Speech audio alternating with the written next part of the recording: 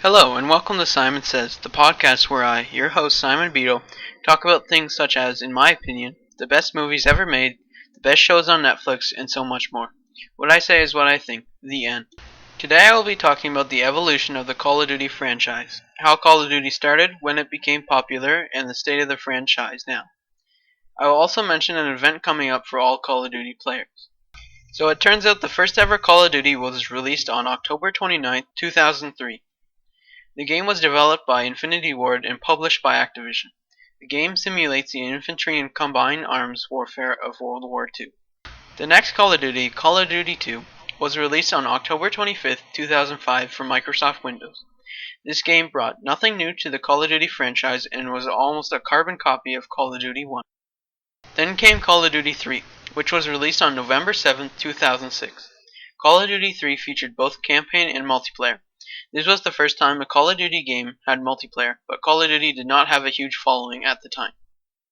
After that, Call of Duty 4 Modern Warfare was released on November 7, 2007, and was the first ever Call of Duty game not to be set in the World War II era, but instead be in a more modern setting, hence the name. This is when Call of Duty became more popular. More and more people were playing Call of Duty every day. This Call of Duty is what most people say is the best Call of Duty of all time. After the huge success came Call of Duty World at War, which was released on November 11, 2008. This was the first ever Call of Duty game to be developed by Treyarch instead of Infinity Ward. World at War brought in even more people to the Call of Duty franchise. Now Treyarch, Sledgehammer Games, and Infinity Ward all cycle between who releases a Call of Duty game every year. After World at War came Call of Duty Modern Warfare 2. Modern Warfare 2 was developed by Infinity Ward and was a huge success, outselling Call of Duty 4 Modern Warfare. At this time, the Call of Duty franchise was at its highest. Then came Call of Duty Black Ops. It was released on November 9, 2010, and was developed by Treyarch. Many people liked Black Ops, but it was nothing compared to the games that had come before it.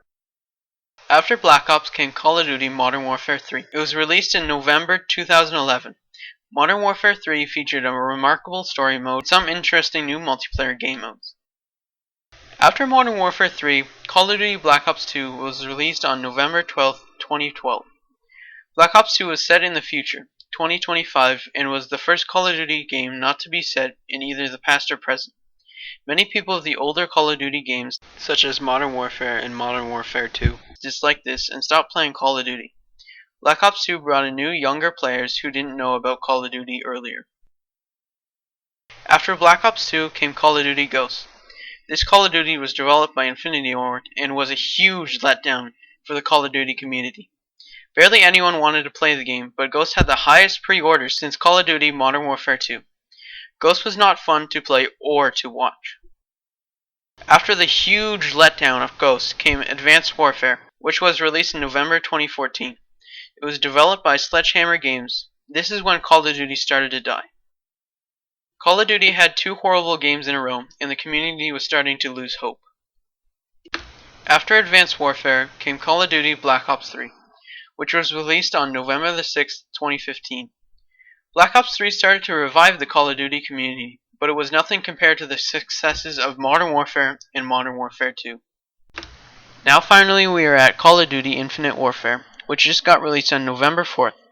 Along with it was Call of Duty Modern Warfare Remastered, which is a remastered version of Call of Duty Modern Warfare. We're going to have to wait and see if Infinite Warfare will be able to fully revive the Call of Duty community. Now if you would like to take a trip down memory lane or want to find out what Call of Duty used to be like, Frontenac Secondary School is holding an all-you-can-play day of Call of Duty. At the school will be every Call of Duty ranging from Call of Duty Modern Warfare to Call of Duty Black Ops 3. Participants will be either playing on the PS3 console or the PS4 console. This event is totally free, so don't worry about the money. The school can hold at least 500 participants. Frontenac Secondary School is located in Kingston, Ontario on Bath Road. So come on down to Frontenac Secondary School to play some Call of Duty. I know there will be a lot of people there who love Call of Duty. Thank you for listening to the Simon Says podcast.